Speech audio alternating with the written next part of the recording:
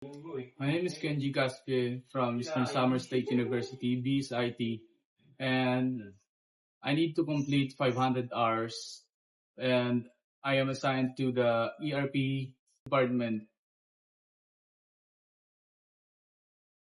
So, as a leader of the ERP department, ang ginagawa ko po ay ginaguide ko po yung mga members ko kung ano po yung task na dapat gawin nila and ano yung mga diskarteng gagawin sa specific na mga problem nila.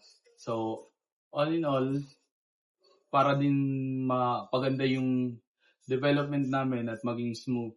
So, kailangan ko gampanan yung tungkulin na yun. So, yung skills and knowledge na nagain ko during my OJT is especially yung web development. So, there's a lot of things you need to understand when you want to build an application. So, since madami pong mga collaborate ko na nakasalamuha ko dito na iba-iba yung knowledge, iba-iba yung idea. So, in that sense, nag-gather ko din yung idea nila into my own skills. Especially, yung Vue.js and a lot of libraries na kailangan para mapadali yung pagde-develop and yun nga yung collaboration sa GitHub, yung backend na ano yung mga diskarte, ano yung magandang folder architectures and so on. So challenging muna tayo. First is nung kinakapa ko pa yung bago kong natutunan nga. As I said before. So, yung Vue.js and yung mga libraries.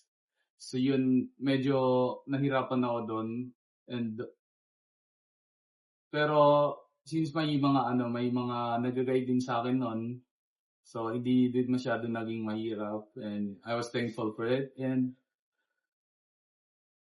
ano question mo to?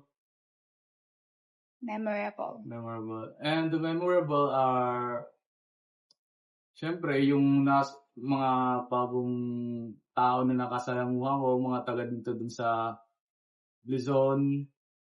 Syempre, tapos masaya naman dito. So, it helped me grow professionally because sa mga bagong skills, na-enhance yung technical skills ko, na-enhance yung communication skills ko, and teamwork abilities. So, dahil doon, nagawan ng na-boost yung confidence ko, and natutunan ko mag-manage ng oras ko since parang nasa trabaho na din yung ginagawa. So, yun lang. Since madami akong natutunan dito sa company dito during my OJT, madami din akong naging backup for the real world works and especially yung skills ko. And in terms for recommending the company, depende lang po kung gusto niyo talaga. Kasi lahat po ng companies, they may strength and weaknesses and also may pros and cons. So, kung gusto nyong lumabas sa comfort zone nyo, I would definitely recommend this company. And kung hindi, that's on you. So, for warmly accepting us as OJT interns, especially galing kami malayo from Samar. So, this opportunity was very valuable and we gained a lot of knowledge, experiences, and it helped us build ourselves and nalaman namin kung ano yung magiging pakiramdam sa ibang environment na hindi ka sanay. Yun lang po. Once again, this is Kenji Caspe from ERP and a current team leader for the ERP team in Batch 5.